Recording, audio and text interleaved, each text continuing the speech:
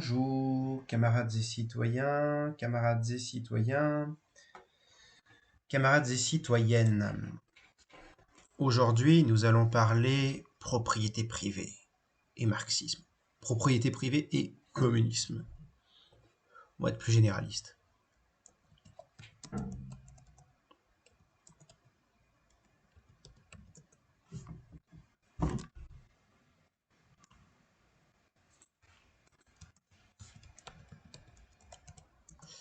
Alors, très souvent,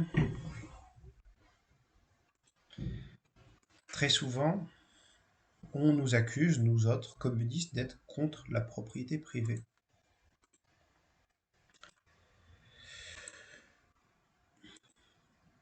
C'est en partie vrai, en partie faux. Parce que nous faisons en fait la distinction entre la propriété privée, des moyens de production et la propriété privée personnelle, celle de l'usage. Et ce que nous constatons, c'est qu'en régime capitaliste, euh, eh bien, la propriété privée, l'essentiel de la population en a été justement privé de cette propriété-là. Et que par conséquent, le meilleur moyen d'assurer la propriété privée personnelle, c'est de se passer de la propriété privée des moyens de production. En régime capitaliste, la plupart de ceux qui cherchent à avoir une maison soit sont en location, par exemple, soit pour payer l'achat de propriété de leur maison, doivent s'endetter auprès des banques. On fait mieux dans défense de la propriété privée, hein. Eh bien, le marxisme, le communisme, en l'occurrence le marxisme, mais pas que, pas que, essentiellement le marxisme, les anards, bon, c'est autre chose. Ce que je veux dire, le marxisme et le socialisme démocratique, voilà, les formes de communisme sérieux, hein, disons, les communistes sérieux, les anticapitalistes sérieux, nous considérons que nous n'allons pas vous enlever la propriété de votre maison, de votre jardin, de votre ordinateur, de votre bibliothèque, de votre brosse à dents. Non, non. Ça, c'est un droit pour les simples citoyens. Possède tes petites affaires, tes effets personnels. En revanche, les usines, les fermes, les, les commerces, en priorité les grands moyens de production, hein, sont nationalisés. Les banques, hein, voilà, bref, tout petit quanti, sont nationalisés. Mais on va dire qu'il peut y avoir à échelle locale, par exemple, en termes de collectivisation, des coopératives de travailleurs. Bon, ça c'est une question. C'est notre question, c'est une autre question. Mais voilà. Et donc nous autres marxistes, nous ne sommes pas en soi contre la propriété. Nous sommes contre la propriété privée des moyens de production. Et en parenthèse, principalement les grands moyens de production. Les PMI, PME, c'est pas vraiment ce qui menace le plus, hein, surtout qu'elles sont endettées auprès des banques. Mais nous sommes contre la propriété privée lucrative. Parce que c'est ce qu'on oublie un peu trop, hein. C'est que nous autres communistes, nous attaquons à la propriété privée lucrative. Votre ordinateur, vos petites affaires, en fait, on veut permettre à tout ou chacun de pouvoir, dans le réel, dans le concret, ne pas avoir un simple droit formel à cette propriété-là, mais que chaque individu puisse, dans l'idéal, posséder sa propre maison, par exemple. Eh bien, de ce point de vue-là, nous sommes absolument pour la propriété. Mais nous constatons que le capitalisme, qui repose sur la propriété privée des moyens de production, empêche aux gens du commun, aux 99%, enfin l'essentiel de la population, de posséder leur propre logement, par exemple. De posséder, en termes de propriété privée, ce à quoi ils auraient droit, en fait, si on était dans une défense conséquente de la propriété privée, eh bien, il y a une opposition entre la propriété privée lucrative et la propriété privée personnelle. Et nous faisons cette distinction-là. Nous avons cette distinction que dans les faits, la propriété privée est un droit formel. Et nous voulons donner à la population un droit réel à la propriété privée d'usage, à la propriété privée personnelle. Ce qui est en complète opposition avec la propriété privée lucrative. C'est ça que nous remarquons, nous marxistes, et nous communistes en général. Communistes sérieux, pas anards. C'est ce genre de choses. Je dis communistes sérieux, pas anards. Bon, les anards sont pas communistes, mais il y a certains qui se prétendent anards, qui se prétendent communistes, des anards. Bon, c'est... Eh bien, nous sommes pour... Nous, paradoxalement, nous autres communistes, nous sommes pour la propriété privée. Personnelle, pas lucratif. Éventuellement, on pourrait être dans la défense des PMI-PME parce que ils ont affaire à... ceux-ci ont affaire à des cas plus gros en termes de concurrence. Mais et qui ne sont pas vraiment tout à fait propriétaires de leurs moyens de production puisqu'ils sont endettés auprès des banques. Pareil pour la petite paysannerie, ce genre de choses. De toute façon, les petits paysans, ils ont peut-être pas le choix au final. Alors, ils ont beau vouloir cracher sur les rouges, pour certains, c'est complètement con parce que en fait, ce qui les prive réellement de leur propriété, si leurs propriétés ne sont pas collectivisées, eh ben, ils sont endettés auprès des banques. On a fait mieux du côté de la propriété, défense de la propriété privée et de l'indépendance économique. D'ailleurs, l'indépendance économique, ça n'existe pas.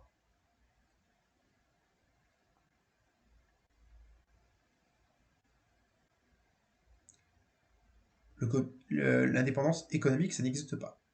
Nous vivons tous dans une société, que nous soyons un régime capitaliste ou un régime socialiste, communiste. Eh bien, on est toujours dans une société dépendant d'autrui. C'est ce qui nous a permis de survivre en tant qu'espèce.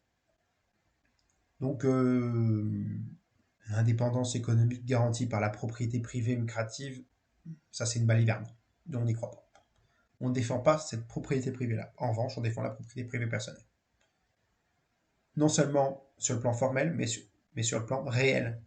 Et ça, c'est ce qui est différent du libéralisme, parce que les libéraux, eux, ils défendent le droit formel à la propriété lucrative, qui n'est pas un droit réel, qui n'est pas un droit réel parce que tout le monde ne peut pas se le permettre, que de monter du jour au lendemain une entreprise, par exemple, et que celle-ci puisse fonctionner, et donc cette propriété puisse subsister dans le temps, et être pleine et entière, en l'occurrence, réunir toutes ces conditions-là, c'est un peu compliqué. Ben, nous, marxistes, on est peut-être contre la propriété privée lucrative. Par contre, la propriété privée personnelle, vous y aurez droit non seulement sur le plan formel, mais sur le plan réel. Puisque vous aurez les moyens de vous acheter une maison sous le socialisme. Sous le socialisme, vous aurez les moyens, pour pas cher, de vous acheter une maison et d'avoir le salaire qui vous le permette, parce qu'on aura redistribué totalement les richesses. Et donc vous aurez le moyen d'avoir cette vie-là, en fait, cette meilleure vie, avec ce que vous méritez en tant que travailleur et travailleuse. En tant que prolo, l'ensemble des prolos, travailleurs et travailleuses, sans compter l'élimination du chômage, ce genre de choses, eh ben, on a un droit massif à la propriété privée personnelle par le socialisme. En fait, les capitaloches, ils ont fait peur à énormément de gens en disant que les communistes allaient leur prendre leur propriété, leur maison, ce genre de choses. Et c'est exactement ce que eux ont fait avec la dette. Ils ont retiré la propriété privée personnelle à la population, la jouissance pleine et entière de leur propriété privée personnelle, pour le bénéfice de la propriété privée lucrative des 1%. On enlève le droit à la propriété personnelle des 99%. C'est vraiment ça, c'est sur quoi il faut se concentrer. La propriété collective des moyens de production, propriété collective, des moyens de production, permet la propriété personnelle, la propriété privée personnelle. C'est exactement là où on veut en venir, nous marxistes. Nous communistes, en général. Communistes sérieux en général.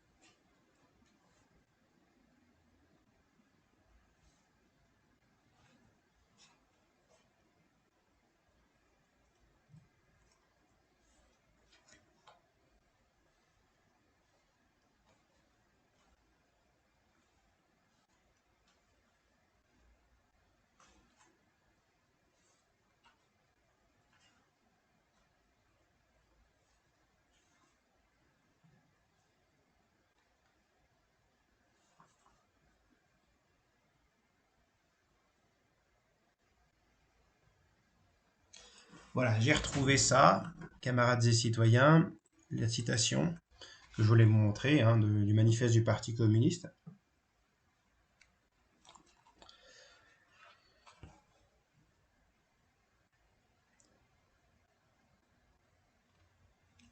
En ce sens, les communistes peuvent résumer leur théorie en cette seule expression, abolition de la propriété privée.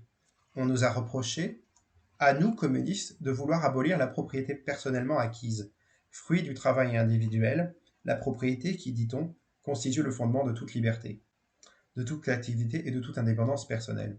La propriété, fruit du travail, de l'effort, du mérite personnel. Veut-on parler de la propriété du petit bourgeois, du petit paysan qui a précédé la propriété bourgeoise? Nous n'avons que faire de l'abolir.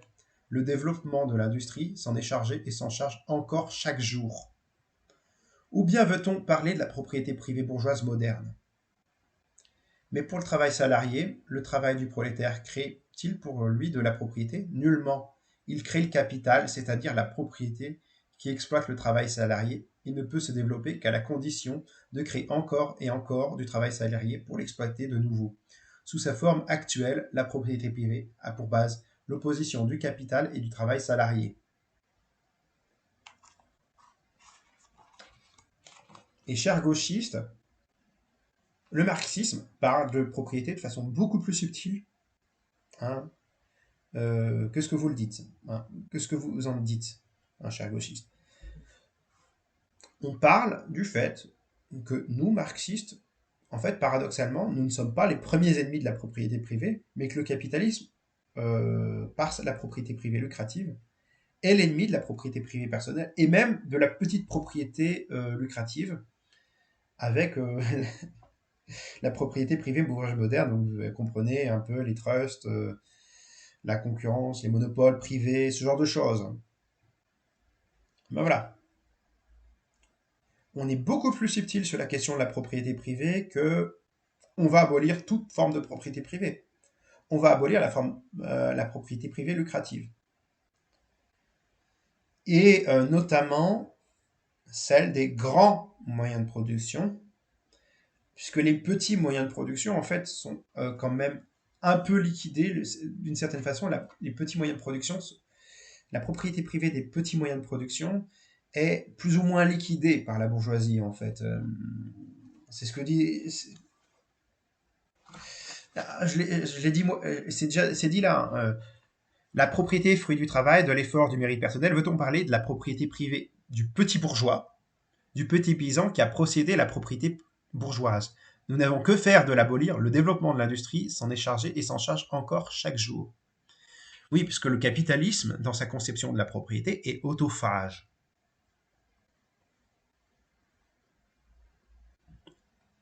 C'est le principe du capitalisme, c'est d'être une forme de cannibalisme social, en fait, de cannibalisme économique. C'est de pousser les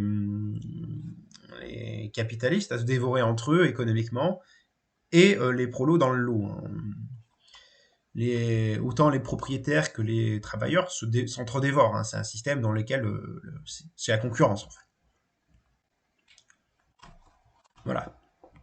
Et ça, c'est le manifeste du Parti communiste que je viens de vous lire, hein. J'invente pas sur la question de la propriété privée. Voilà. Ça remettrait à la fois à des droits en place, à la fois les droits tardés là qui disent oh, on va collectiviser les brosses à dents, qui serait pas loin de dire ça, et les gauchistes qui disent ah ben ce qui est à moi est à toi, ou qui ne voient pas les priorités quant au trust, quant aux multinationales et qui pourraient voir dans la boulangerie du coin exactement la même chose dans le boulanger du coin que dans la multinationale. Mais voilà, ça manifeste du Parti communiste. Marx et Engels. Voilà. Bon, sur ce petit point de précision argumentatif et théorique, hein, bon, basique, eh ben, je vous souhaite, camarades et citoyens, camarades et citoyennes, de prendre bien soin de vous. Raison égalité, camarades, nous vaincrons.